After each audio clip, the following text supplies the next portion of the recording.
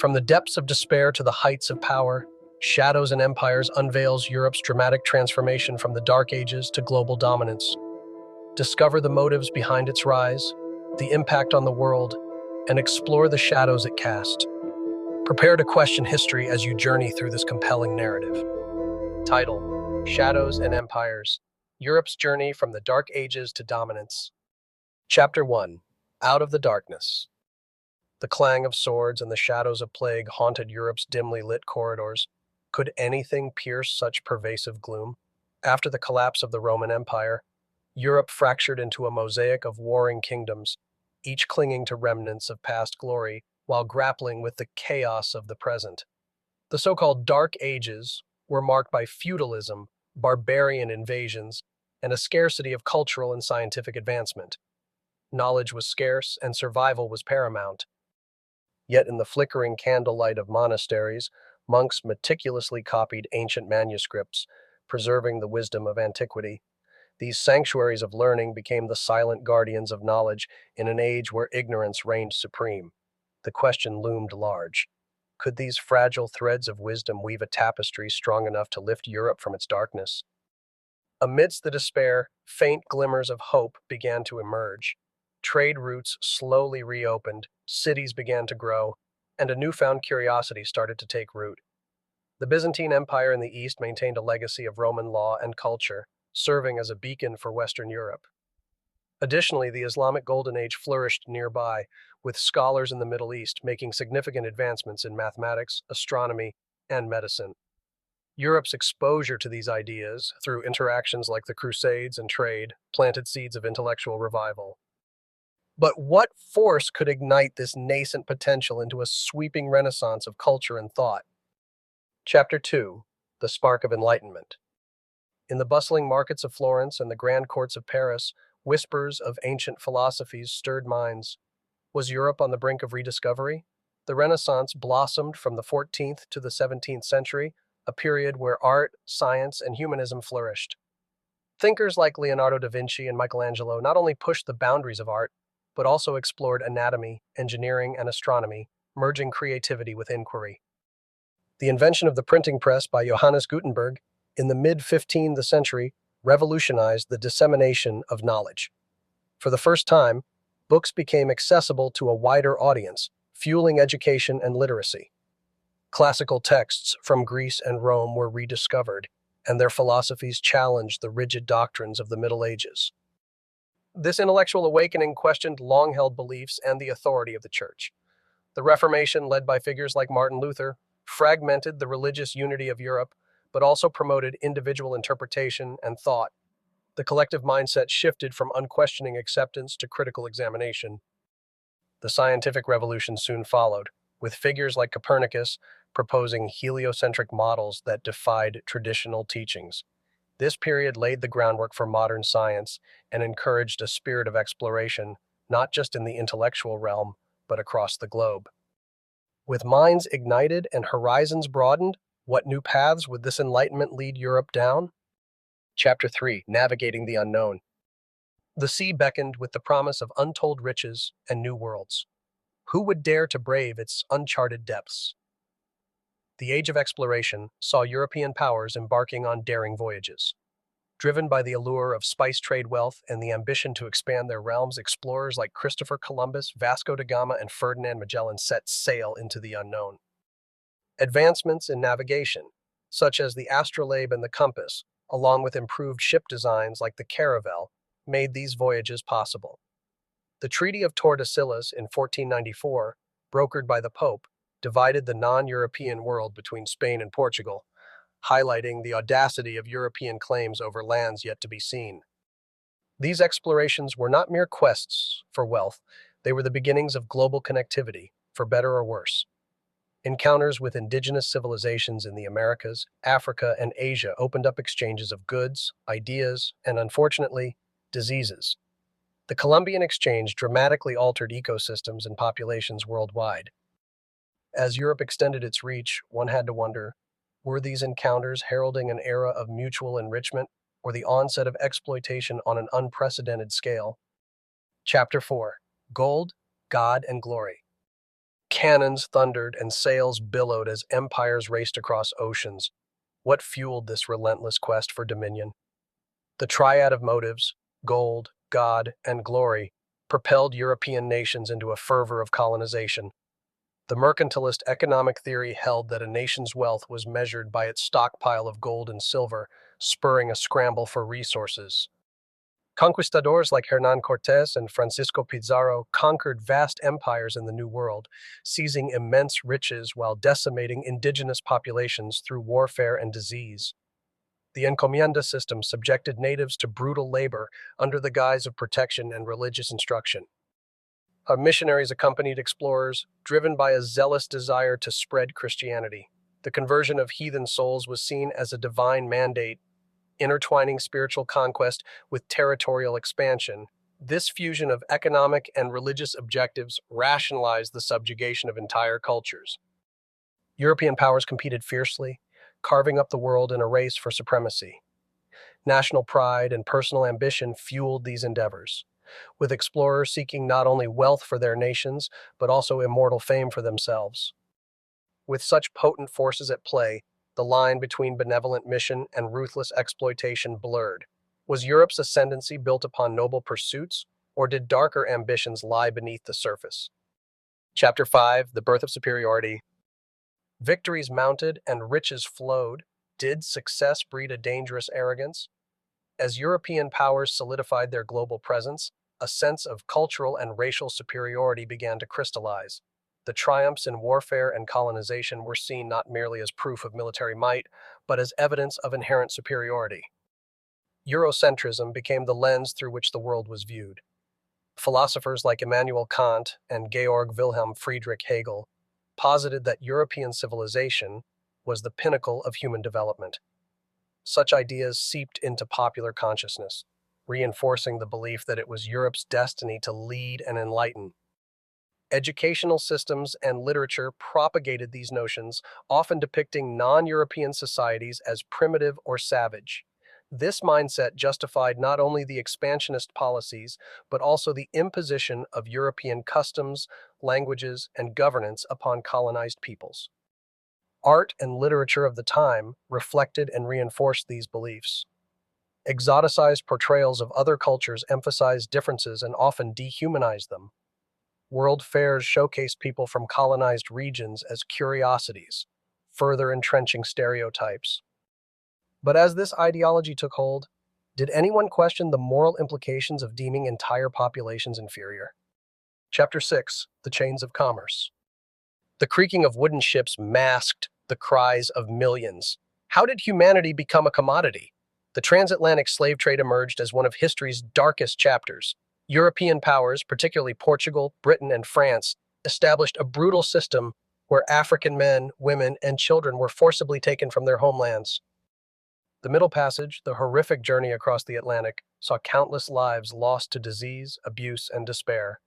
Those who survived were sold into a life of enslavement on plantations in the Americas, fueling the production of sugar, cotton, and tobacco, commodities that enriched European economies. Racial theories evolved to justify this atrocity. Concepts like the curse of Ham were misused to argue that Africans were destined for servitude. Laws codified racial hierarchies, stripping enslaved people of basic rights and humanity. Resistance persisted despite overwhelming odds. Enslaved people rebelled, practiced subtle forms of resistance, and preserved their cultures under oppressive conditions. Abolitionist movements began to take root in Europe, with individuals like William Wilberforce campaigning against the trade. As wealth accumulated on the backs of the enslaved, one had to ask, could a society truly consider itself civilized while perpetuating such inhumanity? Chapter 7: Science and Suppression. Telescopes pointed to the stars and microscopes unveiled the unseen. Yet, could such advancements blind society to its own prejudices? The scientific revolution and the Enlightenment brought about remarkable progress in understanding the natural world. Figures like Isaac Newton and Galileo Galilei revolutionized physics and astronomy, challenging traditional doctrines. However, the same era saw the rise of scientific racism. Scholars like Carl Linnaeus and Johann Friedrich Blumenbach classified humans into races, often placing Europeans at the top of a supposed hierarchy. These classifications were devoid of empirical evidence but gained traction as they suited the narratives of superiority. Social Darwinism misapplied Charles Darwin's theories of evolution to human societies, suggesting that competition and survival of the fittest justified imperial domination. Such ideologies provided a veneer of legitimacy to colonialism and the subjugation of non-European peoples. Anthropology and phrenology were misused to support these biases. Exhibitions displayed human remains and cultural artifacts without consent, further dehumanizing those studied. When science is wielded to oppress rather than enlighten, does it not betray its very purpose? Chapter 8. The White Man's Burden. Empires painted the globe red, and a poem captured the zeitgeist. Was imperialism altruism or arrogance disguised? Rudyard Kipling's The White Man's Burden urged the United States to take up colonial responsibilities, framing imperialism as a noble enterprise to civilize and uplift lesser peoples. This paternalistic view suggested that colonized nations were incapable of progress without European intervention. It ignored the rich cultures, histories, and achievements of these societies. Infrastructure projects and educational systems implemented by colonizers were often designed to serve imperial interests, not the welfare of the local populace. Critics argued that this ideology masked the exploitation and violence inherent in imperialism. Figures like Mark Twain and members of the Anti-Imperialist League questioned the moral justification of such actions. Moreover, policies like the British Raj's handling of famines in India revealed the indifference to local suffering. Economic policies favored European industries, stifling local economies and leading to widespread poverty. If the burden was truly about elevating others, why did it result in their subjugation and exploitation? Chapter 9. Resistance and Rebellion. Chains can restrain bodies, but not the indomitable spirit. How did the oppressed fight back against their oppressors? Throughout the era of colonization, resistance simmered and often erupted into full-scale rebellions. The Haitian Revolution, 1791 to 1804, led by Toussaint Louverture, saw enslaved Africans overthrow French colonial rule, establishing the First Black Republic. In India, the Sepoy Mutiny of 1857 challenged British dominance, sparked by cultural insensitivity and oppressive policies. Though ultimately suppressed, it forced the British Crown to reevaluate its governance, leading to direct rule over India. In Africa, leaders like Samori Touré and the Zulu king Cetshwayo fought fiercely against European encroachment. Indigenous peoples in the Americas resisted through both warfare and the preservation of their cultures, despite systematic efforts to erase them. These uprisings were not isolated incidents, but part of a global pattern of defiance. Literature and art became mediums of resistance, with figures like Rabindranath Tagore voicing the aspirations and grievances of their people. As resistance grew, did it signal the beginning of the end for imperial hegemony? Chapter 10. The Mirror Cracks. The cannons that once roared abroad now thundered at home. Did Europe's internal conflicts shatter its image of invincibility? The world wars of the 20th century brought unprecedented destruction to Europe.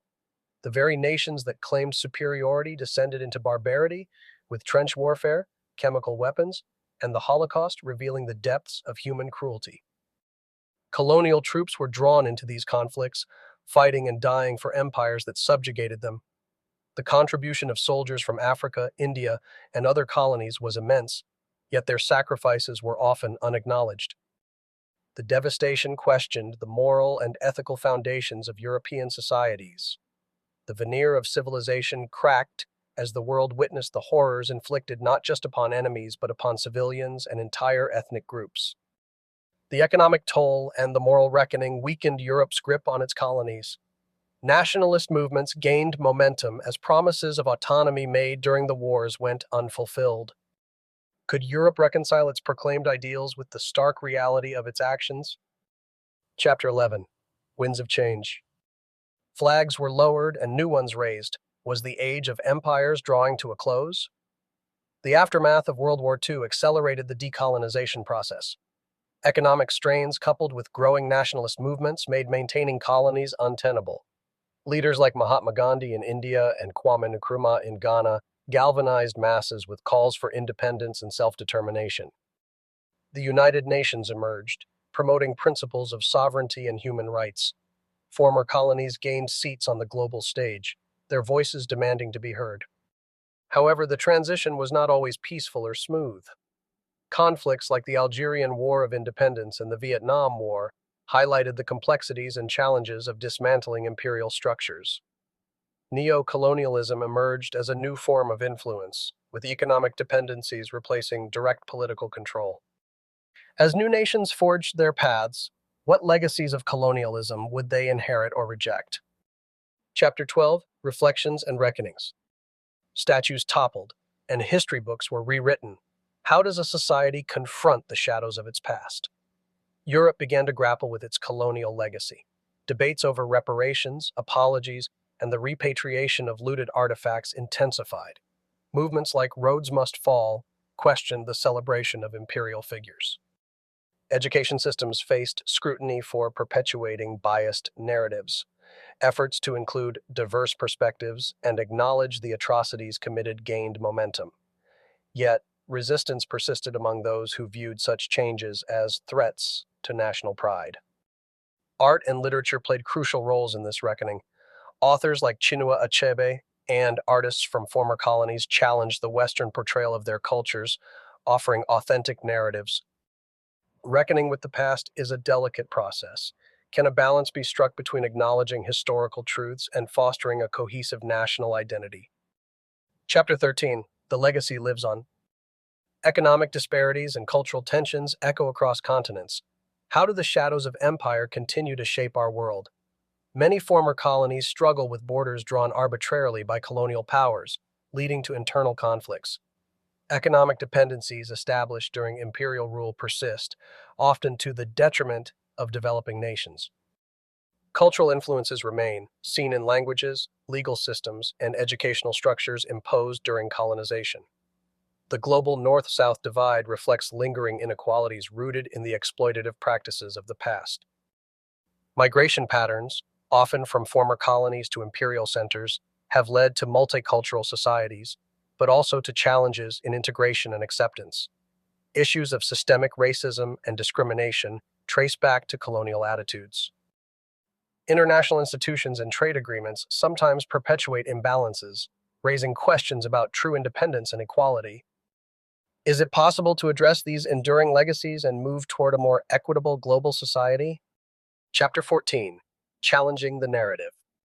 Silent stories find their voice. How does embracing multiple histories transform our understanding?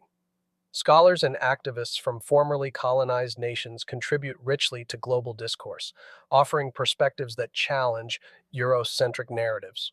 Literature, art, and media from diverse cultures gain international recognition, enriching the global tapestry. Initiatives to decolonize education seek to present a more balanced view of history. This includes acknowledging the achievements and contributions of non-European civilizations and recognizing the injustices they endured. Technology and social media amplify these voices, connecting movements across borders. Global events like the Black Lives Matter protests highlight shared struggles against systemic oppression.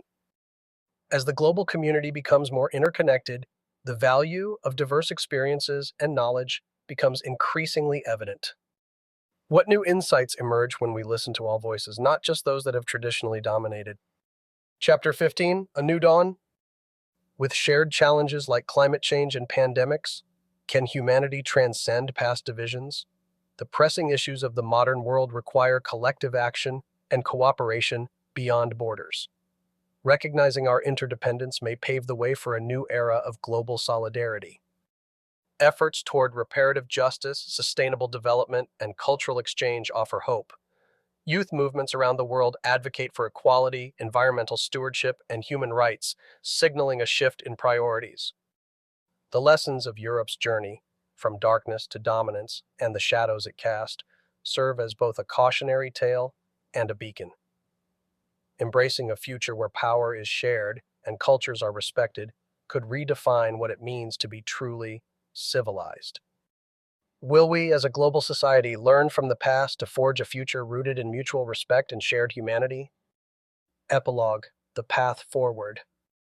The pages of history are still being written, How we choose to acknowledge the past influences the stories yet to unfold.